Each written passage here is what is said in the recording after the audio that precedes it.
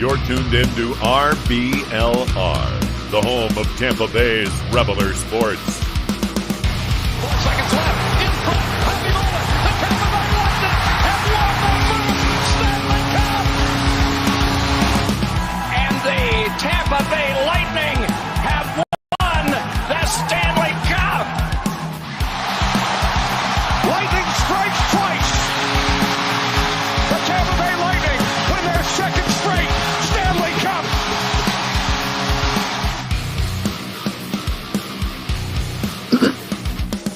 Hello, everybody, and welcome back to RBLR Lightning. As always, my name is Jake Ricker. Alongside me, Jose Mataro and Matt Cannon. Well, really, guys, I shouldn't say as always. I've been out the last couple of weeks dealing with all this hurricane madness, getting new cars. It's been crazy, but I am back. I'm super excited to be with you guys once again, talking about hockey. We're in a full swing. Welcome everybody in here to our live viewing. Really appreciate you guys jumping in. We got an action-packed episode for you guys today, talking about all the games, some of the news that's come out recently. It should be a really fun episode. But first and foremost, guys, how you doing today?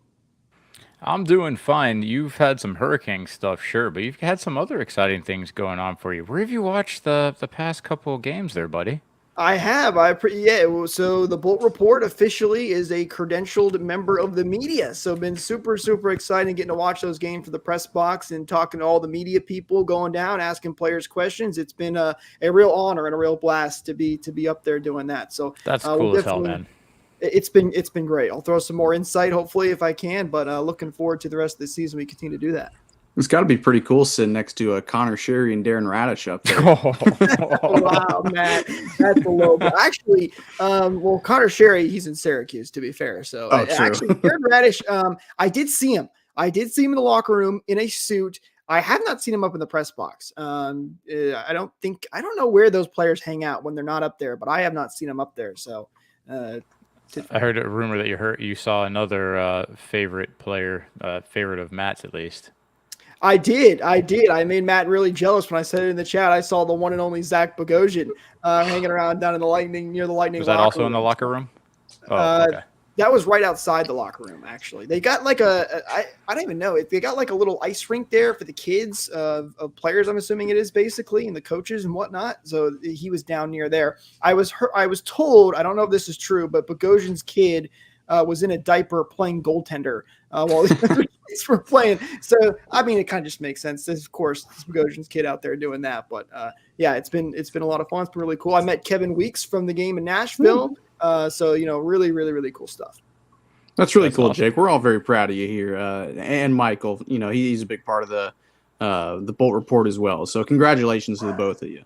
Well, much appreciated. And with that said, let's get into it because we do have a lot to talk about. Welcome everybody in here. Don't forget, if you're with us live, don't feel afraid to drop your questions or comments down below. You can follow us at RBR Lightning or at RBLR Sports so you don't miss out when these do go live. Really appreciate everybody joining in here.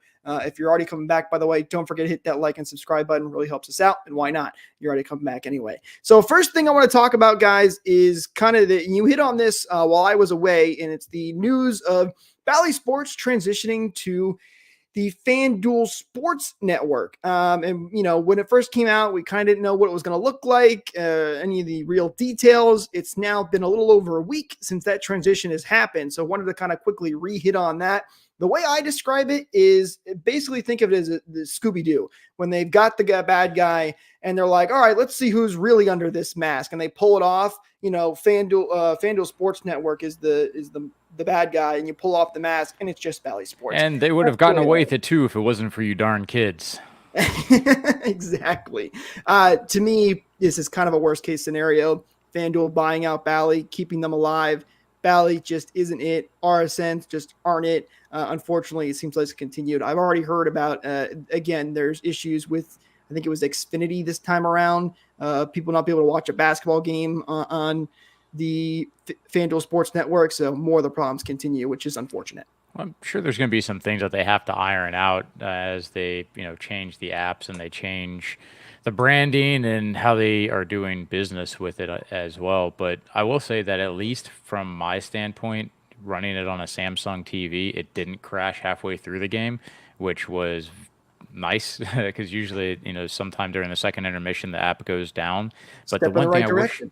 just a step, but one of the games, I can't remember which one it was, I had to start it late. So I wanted to go back and rewatch some of it. They still have the really annoying scroll, like in order to get to the timestamp that you want, you still have to press the forward button like 1,000 times if you're using your TV, and that's tough still. Yeah, I was a bit disappointed with it too. I thought it was going to be like a bit more of a rebrand instead of just changing it to blue and changing the name. I was still dealing with some of the same issues. It's literally just blue. Still dealing with some of the same issues that I dealt with Bally, but I guess that's to be expected when all you change is the color and the name, which I guess it kept things simple. I guess I didn't have to switch any apps, make a whole new login or everything. So I guess I can give them credit with just keeping everything the exact same, at least in simplifying everything. But again, a little let down, but hopefully they do iron things out. I won't expect anything though.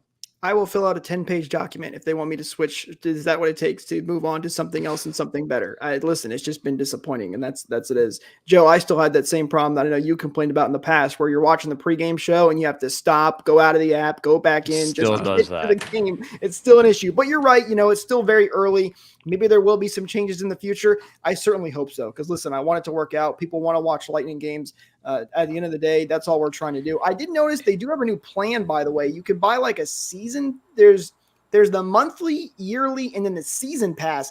I don't fully understand it. The pricing's a little bit different, but there is that out there. I actually just switched to the yearly plan now because I was paying monthly because I had hoped Bally was going to go away soon, and now they're here to stay. So I officially switched to the yearly. At least I save a little bit of money there. So. I'd say there is a little bit of hope that they update the app, because if you're going through bankruptcy, the last thing you're going to do is spend more money on your platform. So maybe this will encourage them to improve it.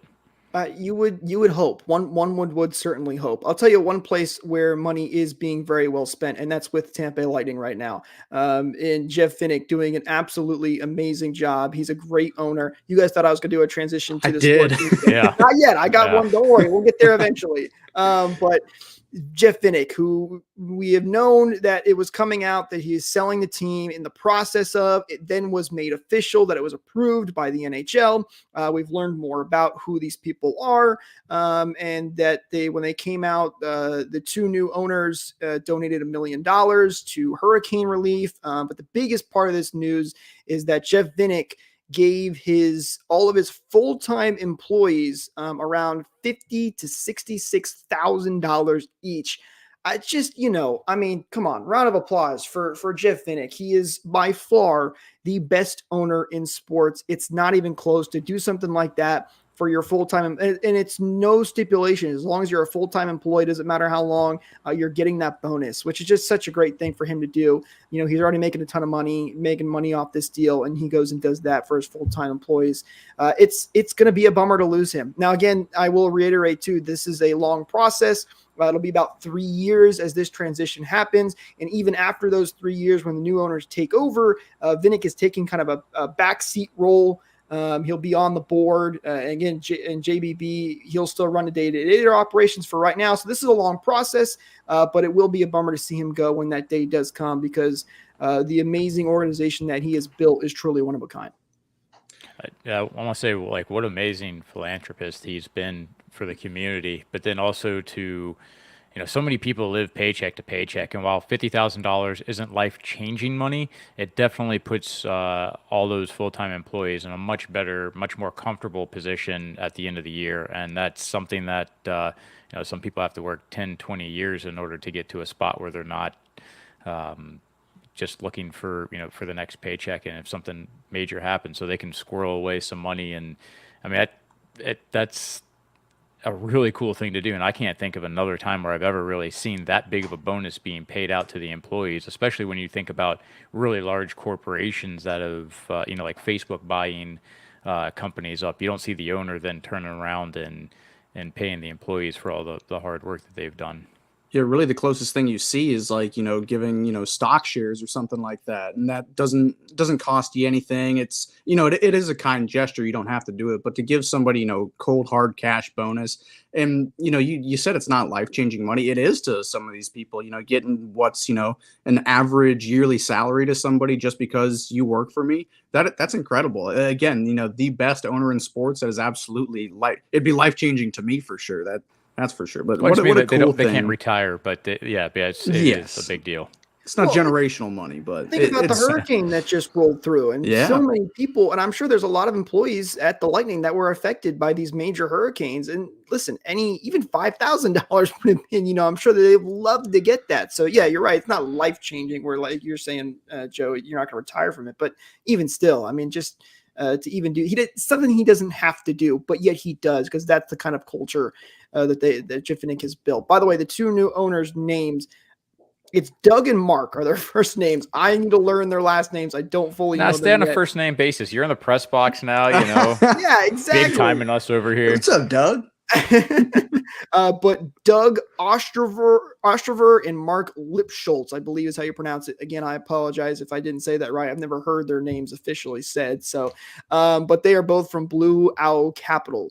They are the co-CEOs. So hopefully, and you would expect when someone like Vinik sells the team, he knows who he's selling to. They're people that are going to continue these traditions that Vinik has started and the culture that he's built. And again, Vinik is staying on the board. I don't know for how long, but you would expect most of these things to stay the same. It shouldn't be a huge culture shock when Vinik does officially step back down. But that's for another 3 years. We got time to worry about that. We can look into the games. So Dougie and Marky Mark, they're getting the majority ownership of the team, correct? Because I know there's still some other shares, elsewhere, right? Yes, correct. That is my understanding. They are becoming the majority owners and the main two guys, while Vinik is stepping down into a minority owner. So I guess that's a kind of cool thing too, that it's going to two people instead of one, because we see in plenty of other cases. First one that comes to mind is like Eugene Melnick in Ottawa a couple of years ago. If you got one bad owner and everything runs through him, it's a top-down pyramid. At least you've got two different voices that can control everything essentially, and they can provide checks and balances with each other. It's not just one evil villain up at top, and I'm not saying these guys are going to be evil villains or anything, but it's always a possibility. So to have two people instead of one, I think that's a bit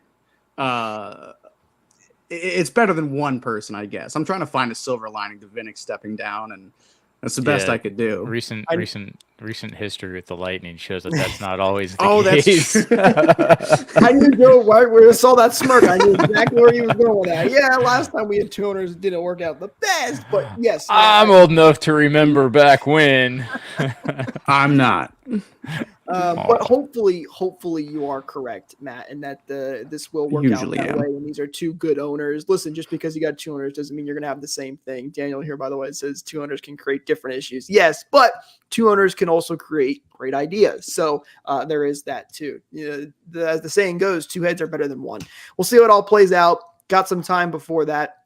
With that said, I say let's get into some of these games, guys, and talk. There's a lot going on this week. We skipped one day, and we have 5 games to cover. That's insane. There were a lot of games crammed into the 1 week, and then we were, since a lot of us were at the game on Monday for Steven Stamkos' return, which we'll get into here very shortly. We pushed it back 1 day, and yes, we got a lot of games, so we'll kind of speed through some of the let's say forgettable ones, and then we'll have some more fun with some of the bigger games. We have 4 games to cover. I can't believe it. 4 games, right? So starting off against New Jersey. No, I'm kidding. We got to talk about it. Lightning versus the Toronto Maple Leafs. This was a big game because it's the Toronto Maple Leafs. Built up a very big rivalry between these two teams. We don't like Toronto. Toronto doesn't like us. But Toronto really handed it to the Lightning in this game. Final score of 5-2. The Lightning tied the game 1-1 at the end of the first period, but then after that, it was basically all Toronto. Lightning get one late in the third period on the power play, but a game really Toronto just kind of controlled. And I don't know about you guys. I don't know what you take away specifically from this game. Also, it was a game, by the way, where this was the one, if I remember correctly, Vasilevsky got pulled. When have you ever seen that? Vasilevsky getting pulled. I mean, it almost kind of blew my mind when it happened. I'm not surprised. It was a rough game for him, but tough game. It's one you kind of just try to throw away. Yeah, the surprising thing about him being pulled and not allowed to fight through is the fact that they had a back-to-back. So Johansson had to play the next night, even though he had a little over 28 minutes of ice time on this Monday. Chasing Vasilyev is something that we rarely see, mostly because he's not willing to give up the net. I was surprised that there was a pull here rather than just letting him fight through it. And another takeaway is that our power play was not good against Toronto. The entries were very, very difficult, and being able to sustain pressure was almost impossible. We've seen that through the rest of the week too with the power play, but this game was a bit of an anomaly. I don't know anybody on the team that got up for this game. Nobody really seemed to care, including Vasilevsky. Starting at Vasilevsky, I don't want to say he was the worst guy on the ice, but he let some stinkers in. And I thought it was a good idea to pull him because he was not playing good at all, but nobody else was in front of him either. I'm not sure what it was. I'm not putting a whole lot of stock into this game, but it's just annoying. It's unfortunate that you can't get up for a divisional game, a pretty, hated rival in the Maple Leafs. I'm disappointed in the team, but at the same time, chalk it up as an early October loss, move on with it. We saw what they did, the next game against New Jersey, so I'm not too rattled about it and what happened the rest of the week, but still, something was in the air with this game. I'm not sure if guys were sick or what happened, just weren't excited to play on the road trip, but nobody was really looking good at all this game. The Nick Paul goal, was kind of an accidental goal. It was a good play by Paul, but it was the Simone Benoit that put it in for him. The Braden Point goal, I think. That was a pretty nice goal, but it was a nice entry. It was, but that was, you never saw any sustained good play from the Lightning. It was all just kind of everything from the outside. The Maple Leafs played really well, by the way, too. I got to give it to them, too. That was probably their best game that they've played all season, too. So, worst game played by one team, best game played by the other team. I'm surprised the score didn't look, worse than 5-2, but I don't know. Chalk this one up as an early October stinker and move on to the next one. That seems like what they did. The Nick Paul goal, by the way, was hilarious in the fact that he went in, made a nice move, and then it deflected off a Toronto defender and into the net. That was a fun goal. And I mention it specifically because if you didn't notice, and Joe pointed this out to me and Matt just before, the NHL, get ready for this, NHL.com got an upgrade. It actually is really, really cool. If you go to the game center for one of the games and you're down in the summary section and you can see a goal simulation option. If you pop that tab down, it shows basically a AI kind of, there's little dots for the players. They got their numbers. It shows where they were going. It shows where the puck was too. It's really, really cool to kind of give you this overview of these goals. So if you're ever wondering what the heck are these guys talking about over here on RBLR, pop over to NHL.com and check that out. Thought we should throw that out there. Nice upgrade by NHL.com. It is neat because it shows the movement. Sometimes the camera angles don't give you a full appreciation of what's happening on the ice, and here you get the bird's eye view, and you can really get a good idea of how a play broke down, where assignments could have been, and it'll definitely help me try to illustrate some stuff in the future too. Yeah, excited to see where that goes. It's a nice upgrade. Matt, you mentioned the Lightning did bounce back, and they did indeed. Game got a little crazy out in New Jersey with goals galore. Final score, this one 8-5. The Lightning get the win, though, in the bounce back. And even though New Jersey did score a lot of goals, it felt like a game, especially after that second period when the Lightning went up 5-2, one that they pretty much controlled. And even though New Jersey clawed their way back toward the end of this game, the Lightning always did have a really good handle on this one. Power play in this one was good for the Lightning. They were 2 for 2. So it seemed like maybe you saw a little bit of positives out of the power play in this one. I will say I'm trying to give the power play a little bit of leeway here. They're trying lots of different things. It's so weird without Steven Stamkos. It's very different. They're still trying new things. In fact, in the Nashville game, or something I want to get touch on when we get to there, but they're still trying different things. Looked good tonight. Overall, maybe want to clean up the defense a little bit because they weren't able to lock that game down. But great offense, and they got through this one with a big win. Let's talk about some of that great offense. I mean, it's probably stating the obvious, but we had two guys have standout games, one being Anthony Cirelli, who ended up with 4 assists, but then also overshadowing him a little bit. Hagel only had 1 assist on the night, but he had his hat trick, a natural hat trick. great game to really. I mean, that's what sealed it for the Lightning was the second period that Brandon Hagel had. And this game wasn't perfect by any stretch. I'm not trying to, be negative on an 8-5 loss, but there were still some issues that they were ironing out from that Leafs game. The defense was still not up to par, despite 3 goals coming from defensemen. There was still a lot of, gaps missed, weak in front of the net, and all that. But I'm not going to, harp on that for too long because it was still a very, very entertaining game, at least as a Lightning fan. A lot of the goals that did go in against Jake Allen. Not that they were lucky. They're all very nice and well placed. Well, one was really lucky, the Moser goal. But I thought Allen had a really weak night in net as well. And just all of New Jersey, they kind of crumbled, heading into that second period. That's where the wheels really started to fall off the bus for New Jersey. But a very entertaining game at the end of the day. And, what a show from Anthony Cirelli and Brandon Hagel. And Connor Geekie, who he got his first point in this game, correct? Or I think that's when they put that line together, the Geekie Hagel Cirelli line. Yeah, he got his assist on the Hagel goal, and Hagel immediately went and retrieved the puck for him. And I'm a big fan of that line. Did. Yeah. But that line they've put together, it's really something special. As we'll see in some of the other games, the 3 other games you have to talk about. But things really started to come together on this road trip in this game, but still ironing out some issues that seemed to subside in the later games. Goal of the game, by the way, in this one was J.J. Moser, shorthanded goal where he shot it off the boards just to really dump it in, and Allen went to go play the puck, and look, it took a weird bounce off the boards, and it's in the back of the net. That was a fun one for sure, and J.J. Moser, who I want to talk about later too as well, gets a big goal for himself there. So yeah, great game offensively, maybe some issues defensively, but overall nice to get the win, especially after that tough game in Toronto that you just had on the back-to-back. Moving to the next game, this is the first one back home against the Minnesota Wild. First time I was up there in the press box watching this one from a different view. This was another tough game. The Lightning, little inconsistent this week, kind of back and forth. You never knew what you were quite going to get. Lightning lose to the Wild in this one by a final score of 4-2. And it's a game you felt like the Lightning probably should have had. They were up 2-1 in this game midway through the second period until Minnesota goes on to score 3 straight goals, one being an empty net, to secure the 4-2 win. But defense for me was the story of this game.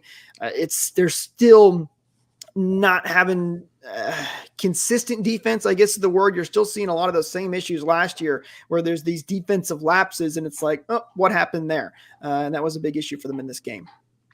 The defense was the story of the game for me, but to me, it was Minnesota's defense. I thought, I hate to say this about, I said it about the Leafs, they played really well, but Minnesota, they played really well. I thought they took advantage of a lot of, the Lightning's shortcomings. And once they took the lead, they really parked the bus. Even when the game was tied at 2-2, Minnesota parked the bus. They were not letting the Lightning, enter at all. They were just stuffing that neutral zone and even keeping us in our own zone. It was a really, really good defensive masterclass by Minnesota, and they've played really, really well so far to start the season too. But you'd like to see more. You'd like to, respond or not respond, but you just came off an 8-goal game. You'd like to see a little bit more than just 2. But again, it was a really good game from Minnesota. Defense was better than what it had been in the last 2 games, but still some issues. And I'm not saying, they're going to make a perfect transition in the, I guess this was back at home. But they're not going to transition perfectly back to a rock solid defense. Like, again, we'll see later on in this week. But Minnesota, I thought that was the reason we lost this game is because they played really well. You'd like to see more, but I have to give credit where it's due. They put on a defensive showing. Matt giving credit to Minnesota's defense. That seems. I wonder why. I wonder why he's doing that. Well, I mean, they did have 19 blocked shots for Minnesota, and then the Lightning still had 26 shots on, which isn't, you look kind of for 30, right? That's what you end up having an average. So, I mean, it just wasn't – they were doing a good job, Minnesota was, of getting in lanes and preventing the higher quality scoring chances. And it definitely felt like a game where, for the majority of it, the Lightning had momentum and just couldn't quite put the puck in the back of the net to secure a win. But, I guess that former Lightning player curse is, comes back again for Bogo getting his assist and the It always Lightning does. not being able to put it away. Again, to bring up our second line though, with Brandon Hagel and Anthony Sorelli combining for shorthanded goal on their penalty kill has always been really good with them as a tandem, and now it's, when they're out there, there's almost like never any panic when it comes to a kill, and they're such a big threat offensively, even shorthanded, that this combination is doing really well. And I've been so critical of Sorelli for the last year that it's good to see him start playing a lot better offensively too, because that's something that the team desperately needed, a center on the second line that can start to put up points, where Sorelli before really wasn't having it. Marc-Andre Fleury made a lot of big saves in this game too that kept Minnesota in there, and that kind of goes along with the defense, as you were mentioning, Matt. They did play a great game. Second line was great, Joe. I'm right there with the first and second line. I think both of them have been, for the most part, really good. And it's kind of what we expected a little bit. The question was, that bottom six, that's the one part that they've been working on a little bit. We were a little worried about the last player in the top six and replacing Stamkos, but it seems like the top six has been the best part of this offense. They continue to play well. I do want to mention JJ Moser in this game. He's had a couple iffy games, but like a game like tonight, I thought he looked fantastic. It kind of gets overshadowed in the loss. But Moser played really good, made some really great defensive plays. This was the game he had a really nice 3-on-1 that he defended super well. So overall, I've been very impressed with JJ Moser. And at just 24 years old, he's the guy who's playing with Victor Hedman, can still learn a lot and continue to grow, but really like what I've seen from the young defenseman right now playing on the top pair of Victor Hedman. It should also be noted that he was not out there for a goal against, and he definitely. I remember there's one play that he backchecked. Maybe it was a 3-on-1 where he backchecked crazy hard to break up one of the plays. He skates really well, and another, getting Moser in that trade and having Geeky. I mean, it's a little early to say that we came out way ahead, but as of right now, these pieces are paying off exactly like we had hoped.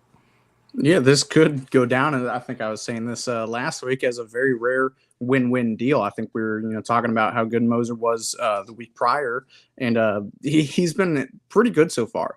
One thing I am iffy of, though, is the Hedman-Moser pairing. I don't know if you guys are a fan of it at all.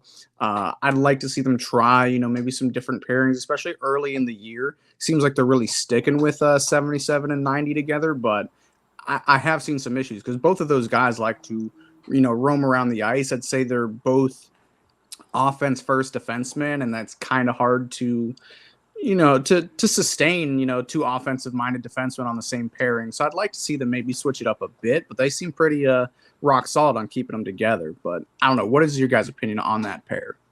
Because it has its flashes. Maybe they're still getting used to each other. I'm more concerned when it comes to Lilleberg and Perbix right now, to be honest, which they're getting limited ice time because they're the third pairing, but maybe, give them a little bit of time to see if they can work out some of those bugs in their play together. And if not, you still could bring Perbix back up.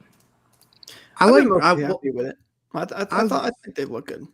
I've liked how Perbix has brought his game back. He had a rough week last week, and it seems like he's really started to perform a lot better, especially with the benching of Darren Radish. Perbix has improved his game a good bit, especially in this Minnesota game. He was locking down pretty good as well. But Lilleberg, yeah, he's kind of Perbix of 2 years ago, it seems, or Perbix of last year, when you come onto the scene, you're a great shutdown defenseman, and then he's just kind of having his sophomore slump. So I'm not sure what the deal is with Lilleberg right now. He was, on the ice for a pretty rough goal against in that Nashville game too. So that's a completely, other topic we might hit on. They're young defensemen, and we're still seeing that learning curve type of thing with some of them, and that's to be expected. But as long as they can improve throughout the season and over the years, then that's all you can really ask for. And they're not having bad games every single night. The Lightning would then welcome the Washington Capitals to Amalie Arena, and what was their Halloween night that they had for this game. And by the way, I just want to give a shout out to the entire Lightning crew of all the people working there. So many people had costumes on. They had a bunch of fun jokes. Like Paul Porter was Paul Potter for Harry Potter. J.P. Peterson was a bit on Ron Burgundy. There were a lot of fun things. Every Lightning employee, or most of them anyway, were dressed up in a costume. Greg Wolf was Greg Wolfman, and he had a nice wolf costume on. It was a lot of fun. It was really cool to see for Halloween. I saw Jake wearing an Ovechkin jersey for his costume. You absolutely did not. That is blasphemy. And Ovechkin must have been scared out of the building because he was nowhere to be found with the rest of the Caps offense. The Lightning get a 3-0 shutout against Washington in this one. This was the Andre Vasilevsky show. We mentioned earlier he got pulled against Toronto. There's been some games where he's looked a little iffy, but this was vintage Vasilevsky in this game. Lightning played fantastic, controlled it. They didn't get their other 2 goals until the third period. It was a 1-0 game for a while there, but they get the job done in a big 3-0 shutout win. Again, a much needed one after a loss to Minnesota. The team really bounced back well, something they've done for a long time. They've always done a good job at bouncing back. They did it again tonight. Against the most prolific scorer of our generation. And, the Capitals had 32 shots on goal. That's a well-earned shutout. He definitely had to fight his way through it. And it's a statement bounce back game in a sense from what we saw in Toronto. This was a game showing Vasi doing Vasi things, because those weren't all easy saves by any means. And this is kind of cheating too, but it was the best game that the defense has played all year that I thought. They really limited Washington's chances and kept everything to the outside and really wouldn't let them establish much in the zone. There was a breakaway in the first period and, a couple of scary chances too, but thank God we had, prime Vasilevsky back there to bail them out. And I'm not saying the defense was perfect, but, it takes 2 to tango. A shutout doesn't come easy, but when you have defense helping you like that, it came together for a really nice, 3-0 win. It was a really complete game by everybody. I'd like to see the offense, step up a little bit more. But again, 3 goals, that should win you a game, especially, in a shutout too. But I thought it was, the most complete game that the defense has played so far. What do you mean you want the offense to step up a little more? We had Shafee scoring his first goal of the season and Geeky scoring the first goal of his career. You have 2 players that haven't done it before, stepping up and getting some points on the board. Paul with an assist, Eyssimont with an assist, and of course it was Sorelli and Hagel to help out the Geeky effort. But I mean, that's that's exciting to see, scoring from a third line, and then somebody that was just brought in on a second line where it was so anemic last year. I'm really actually happy with the non-top line scoring effort in this one. Loud ovation for Connor Geeky, by the way, when they announced his first NHL career goal. So that was really fun to see as well. I'm just saying, I thought they could have sustained pressure with how well the other 2 parts of the team were playing. That it was coming in waves. Again, not a perfect game by the offense, but again, I might be spoiled by an 8-goal game, a couple days prior. So I'm just busting on you a little bit too. Forgive me, because I mean, It is really cool to see Geeky get his first goal. Michael's more excited about Big Dog Chafee.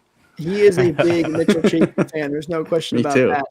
Actually, that Mitchell Chafee goal, listen, not to take away from Mitchell Chafee, I thought he's played great, but I'm surprised they called that a Mitchell Chafee goal. It was Nick Paul who took the shot. I didn't think the puck got deflected. Now, granted, I'm all the way up top, and I was watching this on a replay, but I was a little surprised they changed that one to Chafee's goal, but it hasn't changed. He's the one that hit it in, though. It's sticking. I didn't think the puck really deflected when I watched it on replay. I could be crazy, but when I watched replay, I didn't think it did. Nonetheless, though, good game by the bottom 6. Really step up and help out when the top 6 wasn't really to get their chances. Matt, you mentioned the defense. I'm right there with you. We talked to Andre Vasilevsky after the game in this one, and he talked about how his defense was a big help. They were able to make some big plays so he could see that puck, and that's a big part of being able to make those saves. There were some still tough ones, and Vasilevsky was up to the task. But, when he's not completely dried out, it definitely helps out a lot. And then he can really focus on making those big saves when it matters most. So that was a great game by Vasilevsky, a pretty good game by the defense. Overall, just really nice for the Lightning to pick up that 3-0 win. Daniel here, by the way, says the recent tweak to move Geeky to the second line and putting Paul with Chafee and Eyssimont together looked really good. Yeah. Listen, I've been happy with the line and the way they've looked for the most part. Not too many complaints. Maybe that 4th line is a little non-existent, but it is the 4th line, so you don't expect as much from them. They're kind of they're not an issue though. Like, I No, think they're no. doing their job really well, despite not really scoring. What's JBB doing? He's not making anyone on the team a real target for this podcast anymore. Sherry's like not playing on the team anymore. We don't have to worry about any of the other guys like Maroon, who's getting slow, Belmar, who's getting slow. Radish is scratched. Well, yeah. Well, at least for one game. We'll see. Listen, there's been a lot of scouts at Lightning games the last couple of days. So, and JBB was out at a different game. I can't remember what game he was at, but it just kind of feel like maybe the Lightning are feeling some things out early in the season. I don't know. We'll have to wait and see how that all plays out. But something maybe to keep an eye on a little bit. The big game that we do have to talk about, it's the most emotional game of them all as Steven Stamkos returned to Tampa Bay for the first time since signing with Nashville. And holy cow, this was a crazy game. It was a fun game. The Lightning come away with the win. A final score of 3-2 in overtime. But let's focus on the tribute first. I think we have to start there. Obviously, Steven Stamkos been with the Lightning for 16 years. And all the accomplishments that he had, such an amazing player for the Lightning. It was tough to see him go. All of the, drama, I guess, if you want to call it, with him leaving. But back in Tampa, the Lightning did an amazing job with the video tribute. I thought it was really good. ESPN totally dropped the ball on their coverage, but who's surprised? The Lightning did post it on their social media. If you missed it, by the way, you can go check it out there. Really well done. And then the ovation from the Lightning faithful, I thought was absolutely fantastic. One of the loudest I've ever heard by far. And then the Steven Stamkos chant as well that happened after the fact. You could hear that clearly, right, Matt? The Steven Stamkos chant. Come through the broadcast. Oh yeah. Who cried? I was darn close. I thought I was going. I was trying to keep it professional. No emotion in the press box, sir. Hey, listen. I'll be the first to admit I broke that rule a couple of times already. Like in the Washington game, I may have given a half fist bump and then realized, wait a minute, I'm not supposed to do that. Pull it back. Don't do anything. But yes, no. Scratch my elbow. Yeah. See, My bad. I wasn't, held to limit my emotions. I'll admit, man, I was tearing up. Like I was staying composed for a good bit. And then towards the end of it, man, despite not being able to see it, thanks to ESPN, it was incredible, man. What a tribute. A lot of people are saying that it wasn't that great of a tribute or something. I don't care. Just seeing him out there giving the salute to the crowd. It was awesome. And then, compose myself, plays back in action. And then they started the Stamkos chant. I was like, oh man, here it comes again. It was a really cool moment. It sucks, having him gone. I don't know if you guys noticed the My GM sucks girl on the glass. I thought that was funny. She had a shirt that said My GM sucks. It's funny, but again, it was a great tribute. I'm jealous of you both for being there, but I'm glad you guys got to experience that firsthand. It was neat. There's been tributes in the past. When Vinny had his tribute, he stayed on the bench, waved to the crowd, but that was always kind of the way that it had been done up to that point. It was a lot more stoic. Marty was the first person I ever remember getting a tribute and actually kind of like skating around a little bit for his. Stamkos basically went to the 4 points on the blue on each blue line, making it felt like eye contact with every single person that was inside the arena, and that was a part that felt more emotional to me than the actual tribute video. Was the time he spent looking around and really drawing in, taking in all these people that were, basically honoring him for even though he's moved on to another team. There were a lot of Stamkos jerseys out there, a lot of shirts. The crowd gave him a cheer on both of his assists as well, which I thought was kind of cool. Joe, it's funny you mentioned him coming out. It's not kind of the traditional way. A reporter, I don't know who it was. I think it was more of a national reporter, mentioned that and asked him about, him taking the lap, and Stamkos kind of jokingly pushed back. And he said, well, you must have not really seen Tampa Bay tributes. And, kind of saying that that's kind of the norm for the Lightning, and a lot of those players waving and kind of going out for a little bit. I think he definitely went out longer than most players do. But he kind of pushed back on that fact that he says that's kind of the norm for Lightning players when they return, because they had a lot of them during those cup years. Yeah, and it makes sense, like even if Marty did it to kind of set a trend, let's say. And I mean, that core group was together through so much and for so long, and playing your entire career. It is kind of a dumb comment from a reporter. I didn't watch that full interview. I heard that there was more than one comment on there that kind of pushed on him with it. There was a little bit of that. I kind of wanted to, he did get 2 assists in this game, and the ovation for the assist on an opposing team is crazy. But I've never heard that before. I've never heard them cheer for another player like that. And he had some really good chances, especially later in the game on the power play and like in the dying couple minutes of the game. He had some really good chances. He did. He looked really good. Vasi beat him on, got over for one of his one-timers. I thought I was on that side of the ice. I thought for sure that one was going to go in, and he got over. You noticed too that after that play, Stamkos gave Vasi a tap on the back, and then Vasi tapped him back. Because they had joked during media day that Vasi told Stamkos that when he scores on me to give him a tap, but this was the reverse with Vasi making the save on Stamkos. He said not if, but when he scores on me, which I really like. But it wasn't tonight. Not that I wanted, Nashville to score, especially at the hands of Steven Stamkos, but I'd love to hear the reaction to a Stamkos goal. If that's what he got for those assists, I wonder what it would be for a goal. I think it'd be the most confused goal against ever. Yeah. Especially a one-timer.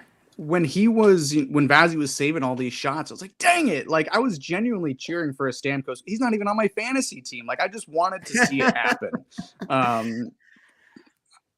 It was definitely conflicting. It was funny too when they're announcing those goals. You get the general boos as they're coming out, as Lightning fans always do, and then they say Stamkos, and it just switches to cheers. It was interesting. I think it was cool that they did it. And at the time, the first one, it was 2-1. It was only 2-2. I think if Nashville was winning, I think that would have changed a little bit, and the Lightning and winning that game in overtime got a little close there, but maybe that has something a little bit to do with it. Yeah. But I'd say let's talk about the game a bit, because it was almost like a tale of 2 games. That first period was one game, and then after that, it completely changed the way it felt. I do want to point out Braden Point and Chafee both looked awesome leading up to their goals. Like, Braden Point did some move coming down the left side, and I think it went like between his legs or something, and almost scored. He was so close, and he was coming out the gate flying. It was noticeable. So when he did finally put one in, looks like it was 9 minutes and 49 seconds into the first period. Of course, it was a dazzling goal, and great toe drag. It was amazing, and leading up to it, you could feel that. I felt the same thing for Chafee too, who looked like he had a couple of really good looks, was skating really, really hard in that first period, and then found pay dirt late in that period. Yeah, Braden Point, he was really feeling himself this game, like you were saying. What a goal. I think that's, the obvious goal of the year candidate so far for the Lightning, at least, maybe of all teams. But Nick Paul also feeling himself throughout a lot of this game. He had a between the legs semi-breakaway chance early in this game. He does get the eventual game winner, but I thought it was a really entertaining game, despite it not being, utter domination by the Lightning, and you relinquish a 2-goal lead. Lilleberg, or really just the entire D-core, the whole team in these second period line changes are really starting to get to me. It's an issue that we saw, start to take form last year, and it really has carried itself over, and it caused a goal against late in the second period. Joe, I have a question as the resident hockey player on this podcast. Why do players just lazily skate to the bench for a line change, especially in the second period? Like, I know I sound like a broken record asking this. Everybody asks this, but why does nobody hustle for a line change? Well, you are skating. There's a couple of reasons I could point out. You're skating about 30 feet further for one. So to pump your legs, even though it seems like it's only 30 feet, you're going to get a little bit more tired getting over there to the bench, and you probably already had an extended shift because it is harder to make a line change. So in general, it's tougher to do changes in the second period. The other thing to it is the ability for the other players to get on the ice. It's recognizing that their change is coming and they need to jump over the boards and get into the play. Again, they're going to have about 30 feet more to actually be back into their own defensive zone. So it just ends up being a great opportunity to do a transitional play if the other team's changing. And unfortunately, it seems like the Lightning go for wholesale changes in these cases where you got all 5 players at the bench, which causes congestion, causes a little bit of confusion. It can, at least, not always, but it can. But it ends up looking really, really bad because as everybody's getting onto the ice, you start to establish who the closest person that your responsibility is, and if you're already behind the play, it obviously makes for a really, really ugly change. One thing you can do if it's in the first or second period is change behind the play. Technically, as the puck's going into your towards your offensive zone, you can get to the bench, and the player that's jumping on for you can already technically be in the defensive zone. He can jump on the ice 20 feet ahead of the play. You don't get that opportunity in the second. That was actually a really perfect answer. I don't know what I was expecting, but it wasn't that. Thank you. They just lose track of what period is and forget which bench to go to. Back to you. It was a tough line change, and that's something that can be cleaned up, which is the good news out of that one. If you look at the goal simulation, actually, it's Lilleberg and Sorelli who are the 2 late ones. It almost feels like they weren't expecting the line change, and then they made this. You know how when you're going through a yellow light, they say you can't hesitate. That's when you get into trouble. It seems like Lilleberg and Sorelli hesitated a little bit. Then they decided to go for a line change, and they get caught behind, and Nashville's got an easy breakaway to get that goal. That was the theme, though, kind of for the Lightning in that second period. The second period was not a good one. You had the bad line change, which led to the tying goal late in the period, too. And then you had the power play goal, which came after the second J.J. Moser penalty. Moser did not have a great game against Nashville, took 2 back-to-back penalties. Little stuff you want to clean up. 2 high sticking penalties, too. What's that? 2 high sticking penalties, too. Yes. You'd think you'd keep it down after the first one. I get it's accidental, but still. Right. But, that's stuff that can be cleaned out. The Lightning did come back in the third and look good. Saros just made a lot of big saves in this game. They're finally able to capitalize in the third period. Comment here, by the way, from Daniel again. Daniel, we appreciate you jumping in all the time. Gensel with another big game. Yeah, he had the 2 assists. Especially the second assist there. The second assist was huge, no question about it, with it being the game-winning goal in overtime. And he had an assist taken away on the goal that was offsides too. That's right. There also was. I forgot about that goal. The Lightning were supposed to go up 3-0, and it got called back for offsides. That was I think the defining moment of the tale of 2 games. As soon as that Kucherov, if that did count, that was one of those goals where Kucherov was so open. And Saros was so locked into the person that had the puck with Gensel that faked the shot that he just kind of he didn't even shoot. He pushed it to the back of the net. But as soon as that came back, it went from a 3-goal lead to all the momentum switched over to Nashville. And I'm pretty sure that's when one of the penalties were taken right after that in order to give even more momentum towards Nashville that they scored on that one. You knew it was going to get called. They scored on that one. Yeah. You knew it was going to get called back when the Lightning weren't showing the replay to the fans. I had to look up at the TVs that are up in the press box to see the replay. And I do think it was the right call. It was close. I know the rule kind of gets a little weird when you're dragging your foot late in the pucks. You're kind of moving in with the puck. I do think it was the right call. But yeah, Nashville definitely picked up some momentum for that. No question. Yeah, unfortunately, it was the right call. It confused the ESPN crew, or specifically Ray Ferraro. He was like, "Nope, that looks good to me. I don't know what's wrong with it." And I was like, "I don't know, man. If I'm I don't know, I think it's offsides." ESPN got it wrong. No. What? Think about it. I actually haven't even seen a replay of it. I'm gonna try doing a little game recap right now just to see it since I was live and they didn't show it really in the stadium. Daniel says here, by the way, teams not allowed to show replays in arena. They get fined by the league if they do. Is that true? No. I feel like the Lightning have shown replays all the time Yeah. before it comes. Maybe they got to wait. Maybe it's and they just do get it the after clear. the ruling. After the no, because No, it's usually all the during. time they're playing, let it be, if it's a goal for the Lightning. But that doesn't and mean they're once showing it, right? well, but once they No, show the they've shown it. replay and it's a clearly onside goal or whatever it is, you hear the arena go, oh, like they're cheering or booing for whatever it is. Is I that think it's just for challenge plays. To be honest with you, I can't remember when they've shown replays. It's for challenge. That's interesting. I didn't know that. If that's, I feel like there's always been replays. I don't have something maybe to look into. Maybe I'll ask some of my friends in the press box. No, I'm kidding. I'm not gonna- Mandela effect? Humble flex. I don't know. That's interesting. I don't know. I don't know. But luckily I was able to look up and they were shown on ESPN. And it did look like the right call at the end of the day, but interesting. I don't know if that's true or not. We'll have to look into it. But the recap, I don't know that it's oh, there goes the replay. They show the goal like 4 times after they show that it was no goal. Then they actually show the highlight of it. That's kind of weird the way that just went through. But yeah, I mean that's exactly the same call that we've been seeing consistently, right? Like if you pull the puck over the line without having possession of it, and that's what that one looks like to me. So I think that they got that one right too. Sorry for disappearing for a sec. My dog just unplugged my router, so thankfully I'm on my iPad. Unplug your router. Yeah, Morgan alert. It's just down on the yeah. So thankfully I'm on my iPad. So if my internet gets crappy, let me know.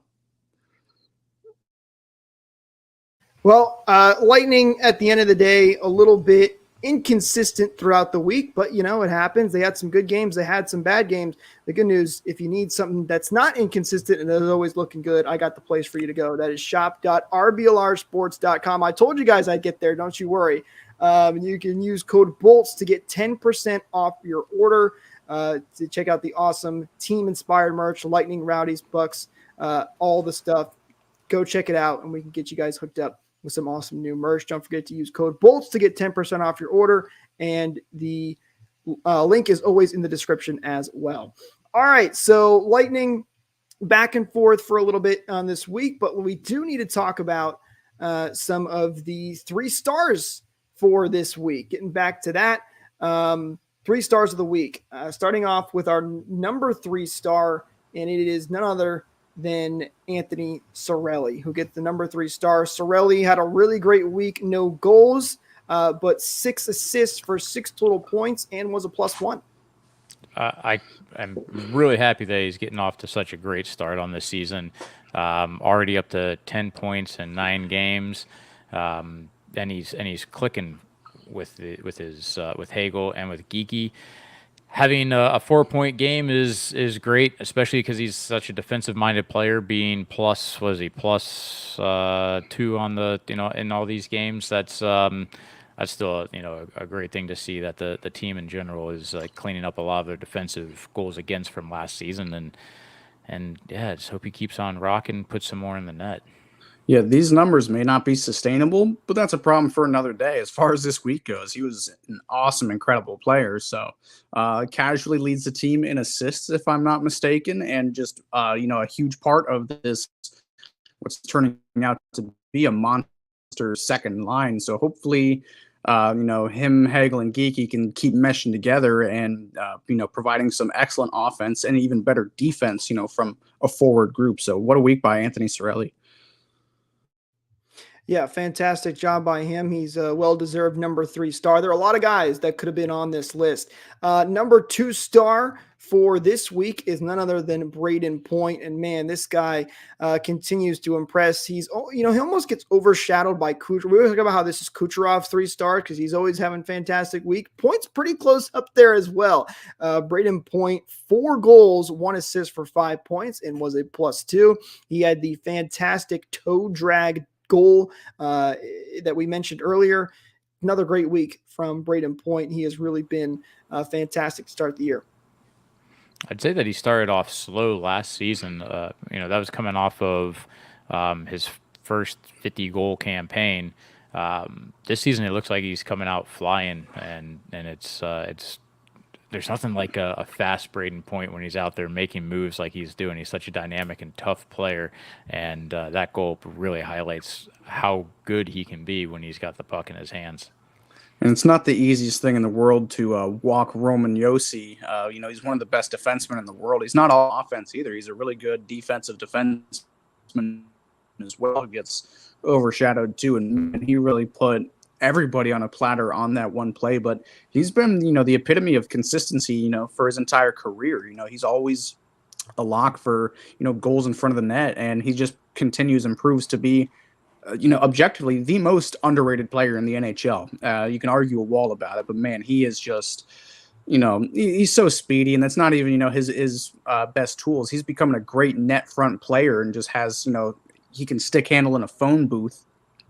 Just another fantastic week, and he's just continuing right where he left off. Hopefully we got another 50-goal run from Braden Point as well. Quick math, that's exactly what I was going to say. Quick math puts him on pace for 54 goals. Ooh. Man, that would be fantastic if he can keep that up once again. He's been so good over the last couple of years. And of course, our number one star is none other than Nikita. No, I'm just kidding. It's not Nikita Kucherov this week. It's Brandon Hagel. Man, what a week for Brandon Hagel. Not only was he so great with the energy that he brings off, getting Geeky his first goal puck and his first point puck as well, but 4 goals, 2 assists for 6 points, and was a +4 this week. So Brandon Hagel really showing off. He had a fantastic week. He has been, I think he is up there for best trade ever done by JBP. I mean, I have absolutely loved Brandon Hagel. I'm a big fan of his, as you guys know, but he looked great again this week. I don't know much more we can really talk about him. He's killing penalties, getting in on some shorthanded plays. He's out there lighting the lamp along with Cirelli, getting a natural hat trick. I mean, this has been a really exciting start to our second line. I think we might have lost Matt for a second there. Morgan unplugged his internet again. All right, going back with on pace fours. He has 6 goals as well, so he's on pace for 54 goals, just like Braden Point. Hey, there you go, Matt. I think you're back. I think I am too. We'll see. But can you believe that we have this guy for another 7 3/4 years on our hands at a really nice number? He continues to just get better every year. Hopefully the goal scoring, just like Anthony Cirelli's assist, can stay consistent. But again, just piggybacking off of what I said about Cirelli, if this line can continue to dominate and hopefully Geeky can continue to develop and gel well with his line mates, we've got a problem on our hands, or the league's got a problem on their hands. Again, having him for another, 8 years at a great number. If he can, maybe pot 40, you said Brandon Hagel's a 30-goal scorer, but we might have a 40-goal scorer on our hands too if he just, stays on this pace. Might not happen, probably won't happen, but man, with all the trash I've talked about Cirelli, too, if it comes through majority of Cirelli assists, how awesome would that be? That'd be crazy. Great. We always love when we're talking trash about somebody and they come through in a big way. Future captain Brandon Hagel, though, gets the number 1 star this week, along with point number 2 and Cirelli number 3. There were a lot of players that had some big weeks when it comes to points and plus minuses, but those are our 3 stars. Let us know in the comments down below if you agree. If you would have a different list, we'd love to hear what you guys have to say. Quick question here from Brian, by the way, asking if Gensel has been back to Pittsburgh for a tribute. He has. When he was with Carolina, he was quickly in Pittsburgh for 1 game. So he has been there once. I don't remember the tribute. I wasn't really paying attention to that, but he has been back in Pittsburgh to answer that question. All right, looking ahead for the Lightning here now for the next couple of games. They're on a 4-game road trip, which is going to start in Colorado on October 30th. Then they will continue the road trip by heading to Minnesota, Winnipeg, and St. Louis. We'll be back before the St. Louis show. We should go back to our regular scheduled programming on Mondays. So the next 3 games, though, they're coming up for you. The big one, I would say, is Winnipeg, as Winnipeg has been on a roll. They did lose their first game yesterday against Toronto, but still been one of the best teams in the NHL by far so far. They've been on an absolute heater. What's surprising to me is with how many points that the Avs have been able to put up. They're not really winning as many games as you'd expect. I mean, you've got, in terms of points, Cale Makar, Nathan McKinnon, and goals scored. You also actually have former Bolt Ross Colton on the leaders list. So that could be, a team that we on paper should be able to beat. But if our defense doesn't stand strong, that'll be a tough matchup for them. Man, Ross Colton having 8 goals on the season. He's tied with Nikita Kucherov. He's got one hell of a one-timer. Colton is injured, correct? He was for a game. He's back. He's back now? Okay, I thought I saw I think him being injured. My apologies. I think he maybe even scored if they played last night. He did, I think. Okay.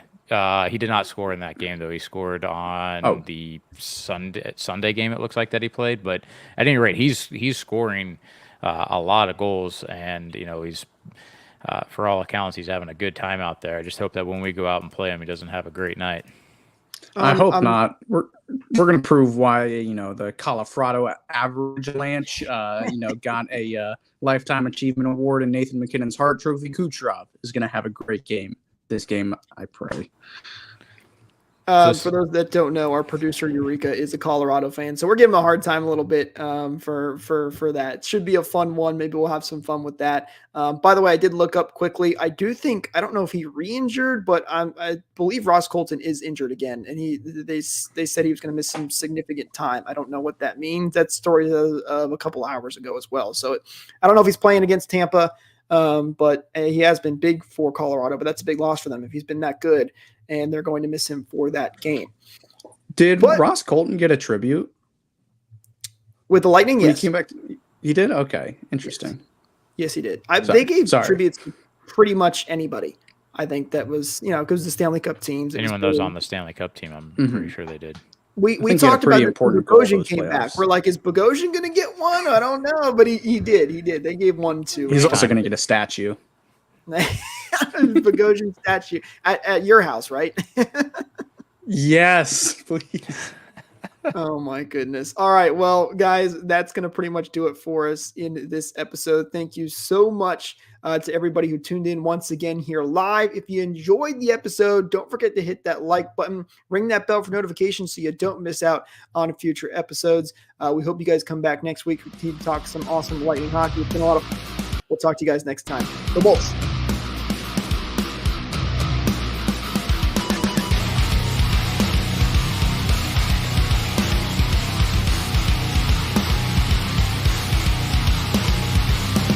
Thank you for tuning into this presentation by RBLR Sports. On your way out of the stadium, please remember to like and subscribe.